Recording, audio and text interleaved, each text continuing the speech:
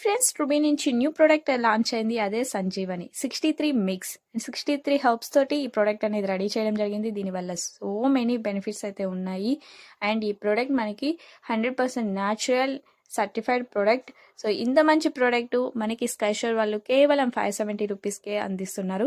ఈ ప్రోడక్ట్ ఎలా యూస్ చేయాలి అనేది ఇప్పుడు చూసేది. ఈ 63 మిక్స్ జ్యూస్ అనేది మనం after food, morning, evening meal తర్వాత ఈ 30 ml ఈ క్యాప్లో 30 ml తీసుకొని డైరెక్ట్ తాగేసేయడమే.